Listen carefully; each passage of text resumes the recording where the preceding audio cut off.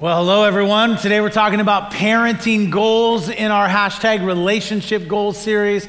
I want to welcome everybody that's joining us today, everybody online, any of our other churches that are participating in this, everybody here in Chula Vista. Thanks for being a part of this. Parenting is one of those incredibly unique, awesome, nothing else like it experiences in your life. It is rewarding, yet challenging. It can be amazing, and it can be stressful. And I think capturing some of that challenging, stressful part are some of these parenting quotes that I want to share with you as we begin. And here's what I want you to do. If you are a parent, I want you to see if you can remember these moments like this, ever feeling the way that these quotes express. Here's our first one. Okay. The thing starts at 7 and we need to get to dinner before we leave by 6. That means we need to start getting the kids ready last night. You remember that stage? Yeah, absolutely. All right, here's another one. After all this parenting, I think I'll become a hostage negotiator. Seems less stressful. Maybe, apparently your kids aren't stressful. All right, you didn't think that was funny. This is a good one. You know what takes longer than a kid telling a story? Nothing. How many of you have one of those kids? I do. I have 3. One of mine, if we're at dinner and they're like, here's what happened today. 40 minutes later. Like, we literally only get one person talking the whole dinner. All right, here's another one. All parents want is for our kids to go to bed so we can watch a show with bad words in it and eat the hidden snacks. All right, you just admit you got the secret stash somewhere and you don't tell them where it is. All right, here's another one. Did you ever think grocery shopping would be the highlight of your day? Have kids. Then I got one last one. I put my symptoms into WebMD and it turns out I just have kids. Right? Parenting is awesome, but it is also challenging. I have been a rookie parent now for almost 14 years. And I have 3 kids. Here's a picture of my kids, kind of a recent picture of my 3 kids. I have a daughter who is almost 14, 13, going on 20. I have a son that is 12 and another son that is 10. And the reason I say that I've been a rookie parent along with my wife for the last almost 14 years is because I have had this same feeling as a parent that I had those first few moments that we got to take that little human being home from the hospital without an instruction manual, without any directions, without any classes. Like I remember, the birth of our child was amazing. It was incredible. I almost passed out. I think the doctors were more worried about me than my wife. She was a champ. I was a wreck. But I remember that moment. But the second moment I remember was when they were like, after a couple of days and everybody was fine, okay, you can leave.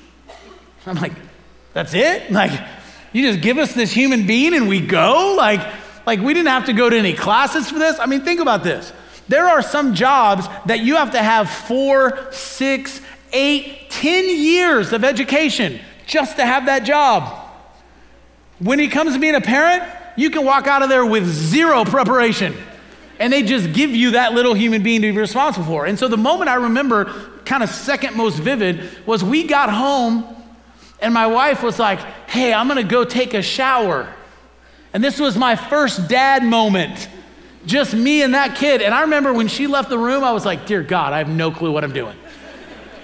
And I've had this continual, I have no clue what I'm doing feeling for the last 14 years. Because every time I get comfortable and I start to feel equipped in a parenting stage, guess what happens? Those kids get older and they leave that stage and they enter a new stage. And then when you have multiple kids, you got multiple kids. And so the family dynamic is always changing. And so for 14 years, I've been going on 14 years. My daughter's almost 14. I felt like I have no clue what I'm doing. Aren't you glad I'm giving the parenting talk today? It's gonna be wonderful, okay? But here's one thing that I have learned. One thing that I have learned in almost 14 years of being a parent, it's our big idea for today. I want to invite you to be a note taker, grab that outline out of your program or click over there on the app. And here's the big idea that I've learned is this, that our children learn from what we do and what we say. Our children learn from what we do and what we say. And the truth is, as I thought about this more, because we turn the outline in early so it gets printed, if I would have been able to have time to fix it and correct it, I actually would have changed it to this, because here's what we know as parents is true. Our children learn more from what we do than what we say. Isn't that so true? Like more is caught in the home than is taught in the home. And I remember the first time I had the realization of this, it was when my daughter, who's our oldest, was probably about 3.5, and we were walking out towards the minivan to go somewhere, and that was the day I had cleaned the minivan, which if you're in a stage of life with little kids, you know it happens about once every 2 years.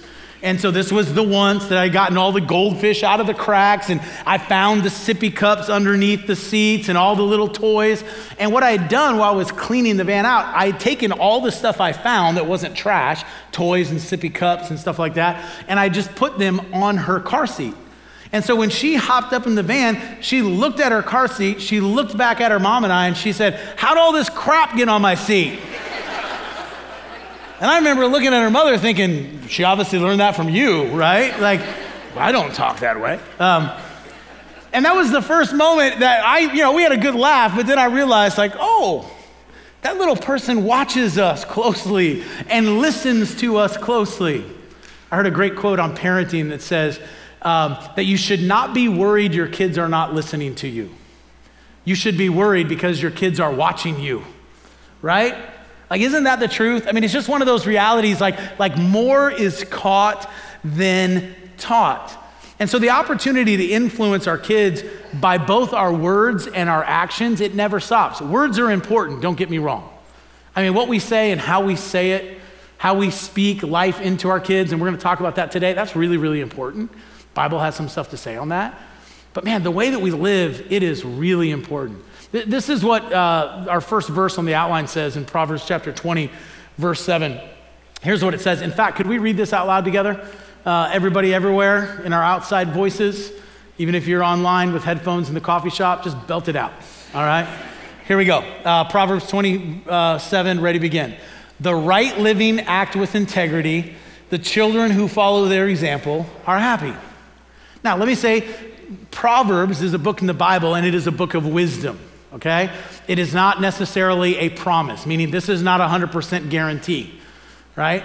Like there's no guarantee that if you live right, your kids are gonna live right. Don't say amen, they might be sitting next to you right now. But what I'm saying is this is a proverb, meaning it's one of those things that it's like, hey, this is mostly true. And what that verse is saying is that if as moms and dads and stepdads and stepmoms, that as parents, if we will choose to live with character and live with integrity, guess what? Like, our kids will catch it. Like our kids they have the opportunity at least to catch that too. Because at some point, kids, if you're in here, like your life is your life. And all of our lives as individuals is a summation of our own choices. And so as imperfect parents who don't always get it right and definitely don't know what we're doing, right? Like we're doing the best that we possibly can. Like as parents, we're doing our best to help our kids, but at some point, everybody's life is their life. And so this is not necessarily a guarantee, but it's a proverb. Like it goes, hey, this can happen.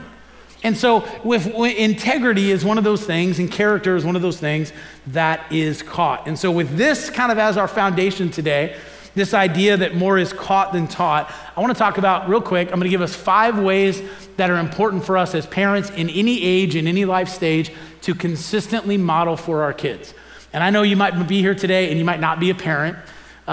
Several of these principles are going to apply broadly to any relationship that you have where you have influence. You might be at an empty nester stage where your kids are grown and now you're a grandparent. These apply to being a grandparent, and the truth is your influence on your kids, even when they do become adults, like that opportunity never goes away. And so these are 5 areas that we need to be able to model for our kids. Again, because more is caught than it is taught. Words matter, but our actions even matter more. And so I've made this model like a little acrostic, okay, just so that we can hopefully try to remember these 5 things. So let me give them to you. Here we go. Here's the first one. That we need to model for our kids. Write this down. Management of time. Management of time. I would even add, if you're taking like old school notes and you can't just do a little slash and write life. Management of life. Because we live in a fast and furious culture. Almost all of us pack our schedules way too full, and we run way too fast from activity to activity, from our job to our kids' stuff, and we're just running and running nonstop. And the danger when we live at that kind of pace is this, that we can become focused on the task of parenting and forget about the relationship. Because parenting is a relationship. It is not a task. Parenting has numerous, countless numbers of tasks in it. But parenting is not a task. It is a relationship. And intuitively, we know this, right? I mean, which are you going to have when your kids are grown and out of your house? Are you going to have the task or the relationship? What's left? The relationship. One person. Awesome. Thank you. Glad you're with me. Right? I mean, when they're gone, the tasks are gone. Right? And some of you are like, that's what I'm living for. Right? Like, but someday, like the only thing that's left will not be running them to their thing. But I mean, the only thing left is the relationship. So what we have to make sure of is that we don't get lost in the busyness of any age or stage or phase of life and lose out on the relationship. But the demands in every age and stage of life are enormous. Everybody look at the bottom of your outline. I recommended several parenting books on there. One of them that I read this week, getting ready for the talk, you could read it in probably 45 minutes. Great little book called Don't Miss It. And the subtitle, which isn't listed there, is Making Every Parent Moment Count. Don't miss it. And the big idea of this book, it talks about that as a parent, you are on a countdown clock. In the game of parenting, you only have like 936 weeks of parenting, usually in the time from you have your kid until they're gone and they're out of your house. And so the scoreboard is always, the clock is always running down. And so the temptation oftentimes is that we get overwhelmed or we try to endure a certain age or a phase. And what it talks about is we need to learn how to embrace and not miss any age or any phase. And one of my favorite parts of the book was it actually talked about, it said, now you might not like your kid at every age or phase, but you need to embrace it and then just be happy they'll never be at that age or phase again, right? Like they won't always be a 13-year-old daughter. Right? So embrace it and then realize we'll never have to go through that again, okay? At least not with that one. And so that's what this book talks about. And so I understand though, but the task of parenting are overwhelming. Let's just do a little survey here. Who here is in the phase of parenting, you have a baby or a toddler at home? Raise your hand up all over parent viewing rooms. You guys made it today, welcome, right? Like you got out of the house, that's amazing. Great job. And the tasks in that phase, they are overwhelming, right?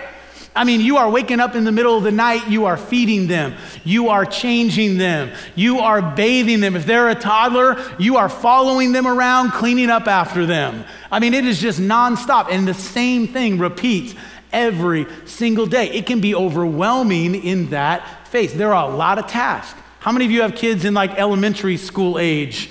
All right? Lots of tasks in that phase of parenting.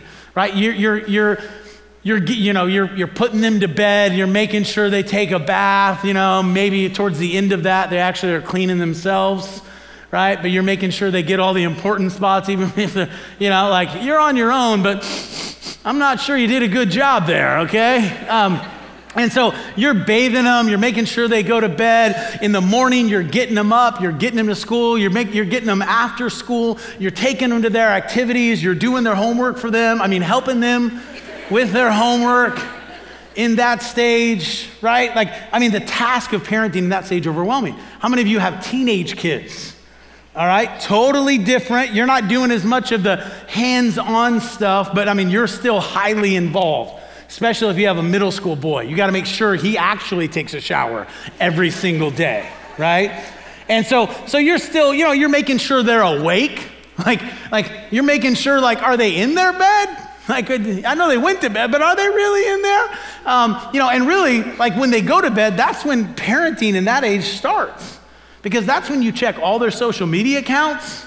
You look at their web history, you're up in their text messages. There's a lot of tasks in parenting when they're at that age. And then how many of you're like empty nester, your kids are grown, maybe there's still one of them boomeranging in and out, but you're empty nester grown kids.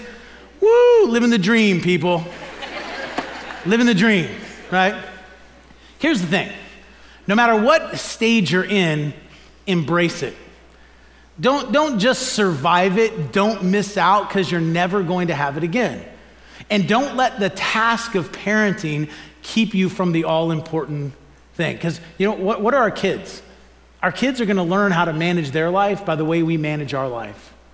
And where we spend our time speaks more value to what we think is important in life than just what we say. And so make sure that we have time with our kids, that we model that really, really well with them. Look at this verse in Ephesians chapter 5. Look what it says. This is the wisdom of that verse. It says, so be careful how you live. Be mindful of your steps. Don't run around like idiots as the rest of the world does. Instead, walk as the wise.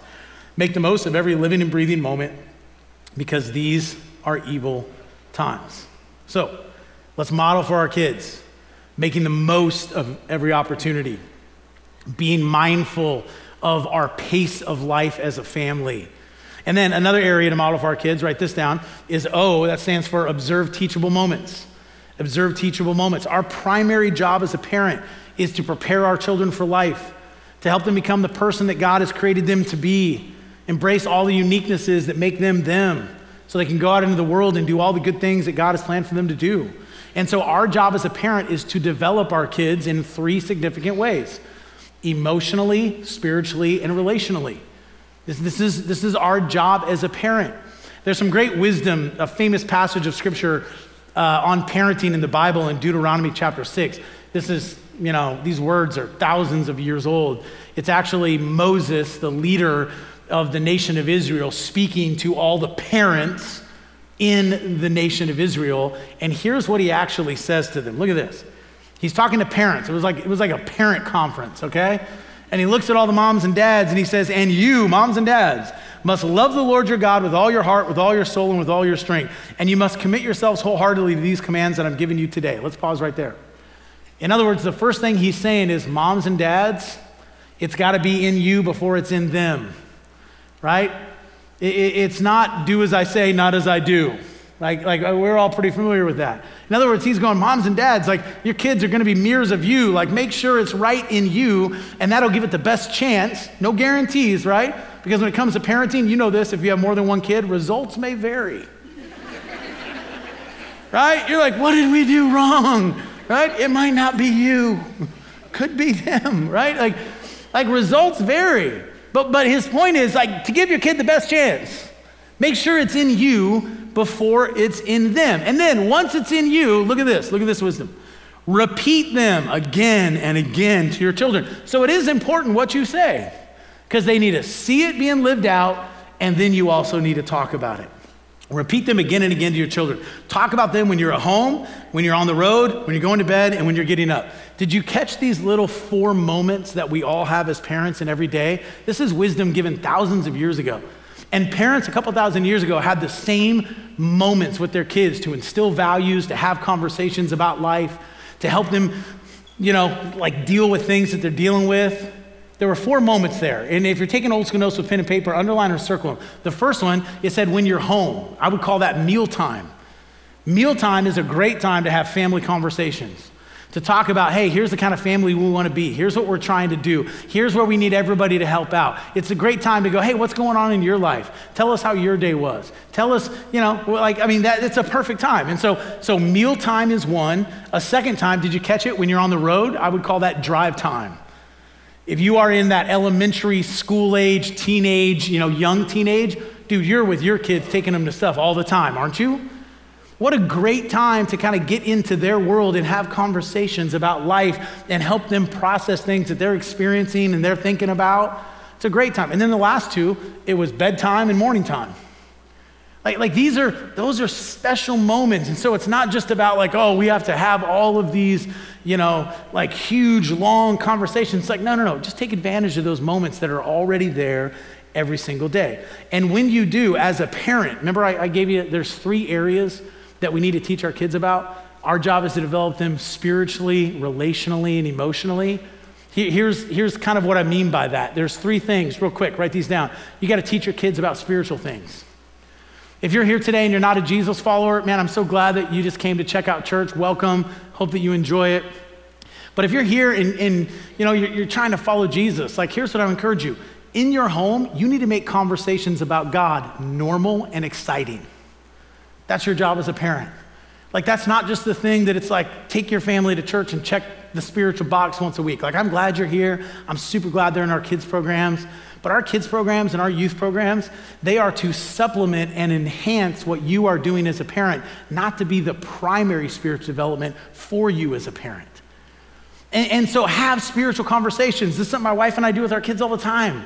Like we talk about our faith. We talk about, hey, here's what this means as a family. That, like when there are certain things going on in culture or society, we go, man, as Jesus people, here's what we think about that. Here's how we want to be responsible to that. Have you guys seen that? Have you heard about that? We have our kids. Man, we talk about these things all the time with our kids. One of the things that my wife and I say to our kids constantly is we say this, man, I can't wait to see who you're going to become and all the great things that God has for you in your future. Like we just look at our kid, man, I can't wait. Man, God has so many great things for you. I can't wait to see who you're going to be and what you're going to do. That's going to be so exciting. And I talk about spiritual things so they're aware that God loves them and has a plan for their life. And so as a parent, you need to talk about your faith. You need to talk about God. You need to talk about what does it mean to be a Christian in our world, that these things are okay, but maybe they're not for us as Jesus people. And how do we process that? And how do we be loving without being judging? And how do we, these are things we talk about. And so you need to talk about spiritual things. That's the spiritual component. Also, it's our job to help our kids develop relationally. And so here's the other thing I want to teach my kids about is selecting the right friends. If you have adolescent kids, like teen, you know the importance of this, right? And so I want to try to do my best. And at the end of the day, once they're getting older and they're away from you, they're making their choices. And all of us are the sum of our own choices. That's the truth. But I want to do my best to help them spot good character and integrity and do their best to try to hang out with people that are pulling them up in life and not dragging them down. And for them to be that kind of friend for other people as well, to help them develop relationally. And then also, I want to help my kids develop emotionally, which means I need to teach them about, write this down, self-control. I need to teach them about self-control. I care more about my kids' EQ than I do IQ.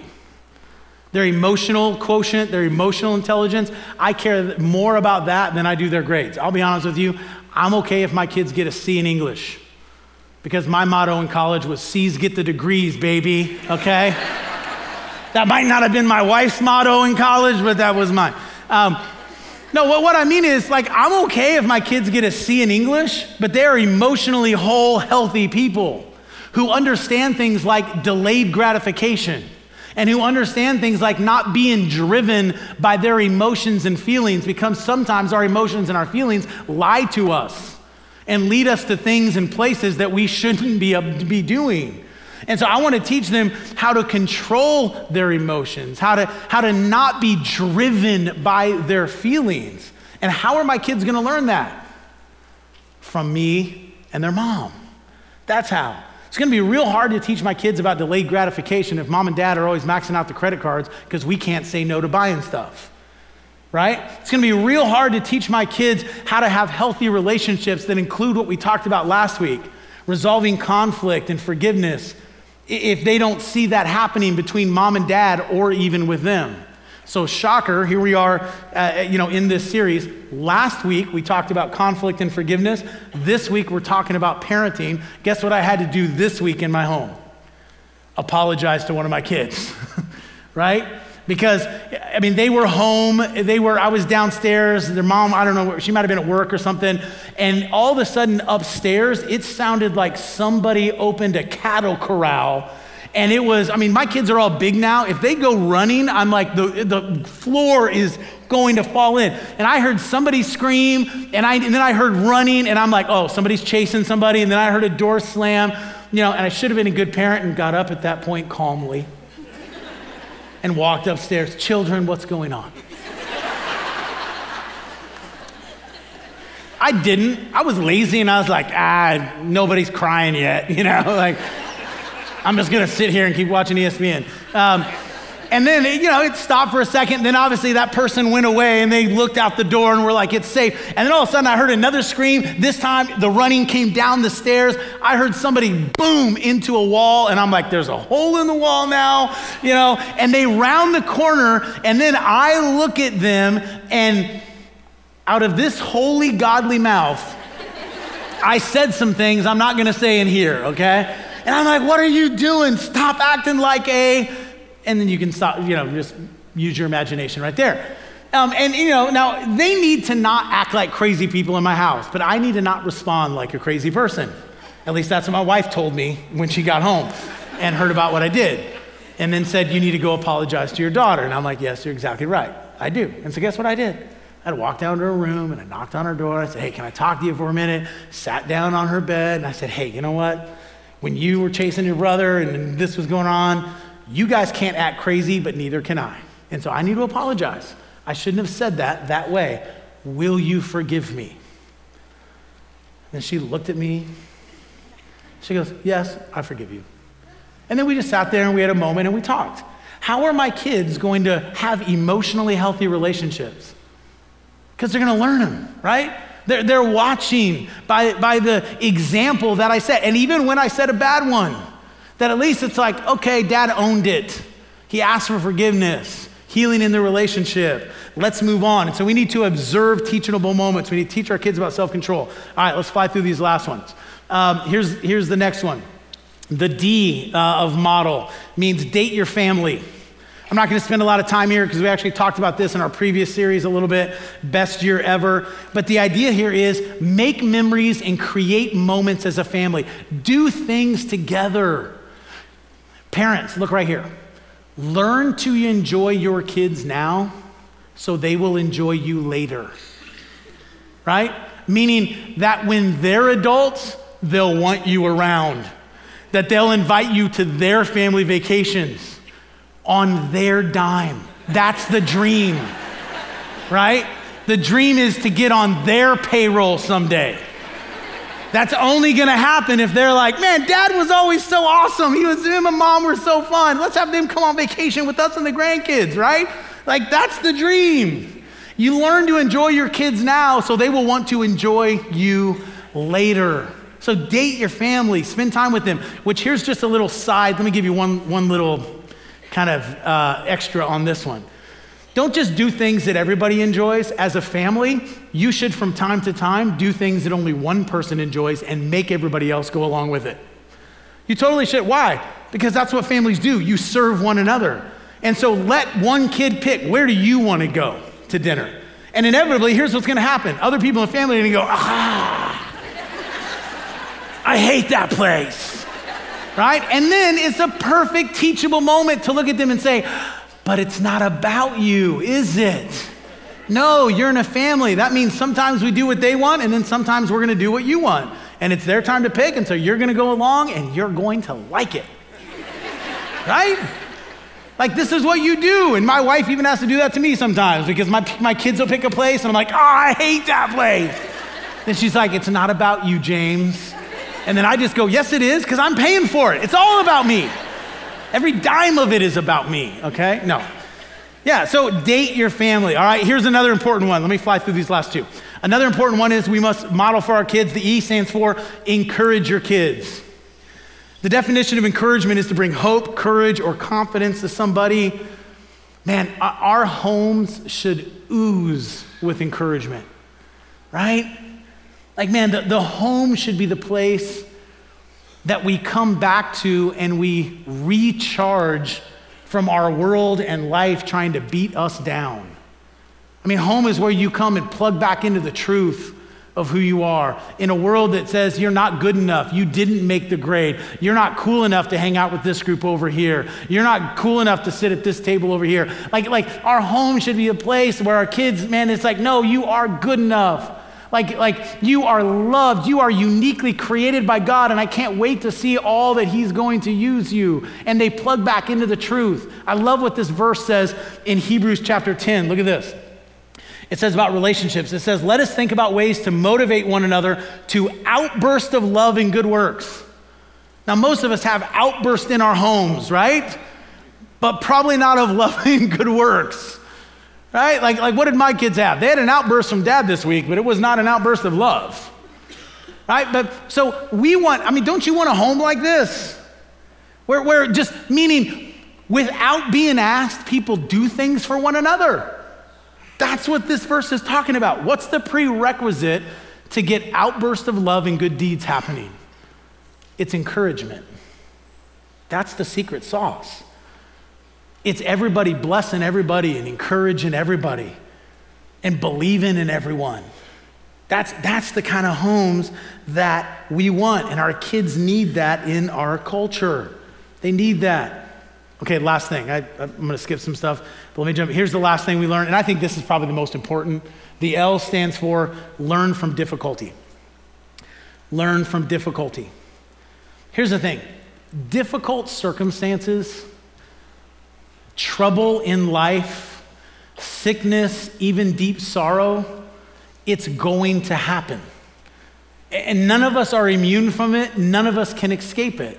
Why? Because our world is still broken and not yet redeemed.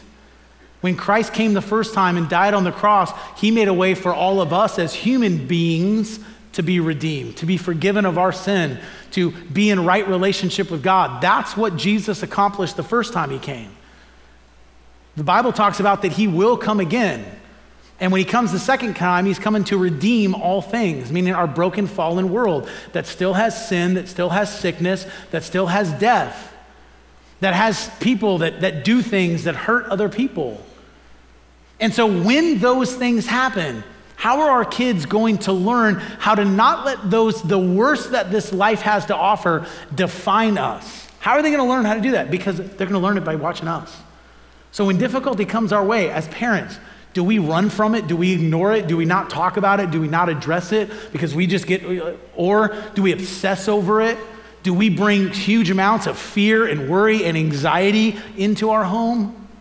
Or do we deal with it through faith and through a God who's with us in the middle of it?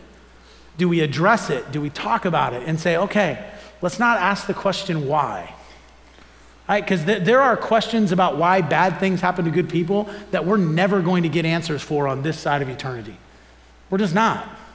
And so a better question when difficulty comes is not why, it's what. So what can we learn? I mean, what might God want to teach us even in this difficult thing? And so rather than having a difficulty destroy our faith, we actually lean into our faith and have God help us through the difficulty. This is what's talked about in James chapter 1. James chapter 1 says this. It says, don't run from tests and hardships, brothers and sisters. As difficult as they are, you will ultimately find joy in them. If you embrace them, your faith will blossom under pressure and teach you true patience as you endure. Right? Now, let me just be clear what that Bible verse is not saying. That Bible verse is not saying that you should be joyful in the hardship or difficulty and trouble. That would just be stupid, right? Like, that's not what it's saying. That you put on some fake Christian happy face and, bad things are happening and you're like, oh, everything's great. That's not what it means. What it means is that if you choose to take the long view and you trust that God is with you, he will produce good things even out of bad things. Like your faith can deepen, your character can grow, you can trust God even in the middle of very, very difficult things. You see, difficulties are opportunities for our children to see, where do we run when trouble comes? What do we trust in when trouble comes? And how do we respond? And they're going to learn how to do that when trouble comes to their own life, when trouble comes to our families now. They're going to learn that. And so let me just close with this. You might be here today and you might be in the middle of some trouble. You might be in the middle of some difficulty. Maybe you just barely drug yourself out of bed and you're like, man, why did I even show up today? And you're going through some really tough stuff in your personal life or in your family or in your marriage. And here's what I would say to you today if you find yourself in that place. Don't quit. Don't give up. Choose in this moment not to run from your faith, but actually lean into your faith and to a God who wants to be with you in the middle through whatever difficulty you are facing in this broken and in this fallen world. And maybe for you, part of the difficulty and tension you felt in this message is that you have some big wounds in your life from your parents. All right, because parents, man, we are imperfect people. You know, like we didn't have to go to a lot of classes, as I said earlier, to get to do this. And so sometimes, man, we're learning the hard way as well. And so if you're here and you would say your life has been greatly marked by some wounds from your parents, here's what I would say to you today. Man, let God heal those. Let him restore some of that brokenness in you. And then you choose today that, you know what, I'm gonna start a new legacy with my family and my kids, and I'm not gonna continue that thing that happened to me. And so wherever you find yourself today, man, I would just encourage you, not give up. Open your life to God's grace, open your life to God's peace, and open your life to God's healing. And then if you're here and you are a parent, man, model this week where you hope your kids will be and what you hope they will do. Let me pray for us. God, I thank you that when you invite us into this life, we're not asked to do it in our strength and our power, but you promise to give us your wisdom, and not just your wisdom, but your very presence with us. And so, God, I pray that for every parent here, I know there's some parents here going through some deep difficulty right now, deep difficulty with one of their children who are living in ways that they wish they wouldn't, difficulty with children that are battling addictions. And God, I know families in our church that have lost moms and dads recently and that are struggling with grief and with loss. And God, I just pray that whichever place of our journey we find ourselves, God, today would we be encouraged to know that we're not alone, that you're with us. And would you give some moms and dads some strength to not quit? Would you give some single moms and single dads some strength to not give up? Would you give some wisdom to some blended families on how to make this work now and the changes and the uniquenesses? And God, would you help us to have great grace towards one another in our households? And I pray you'll do that through the power of your Holy Spirit in us. In Jesus' name, amen.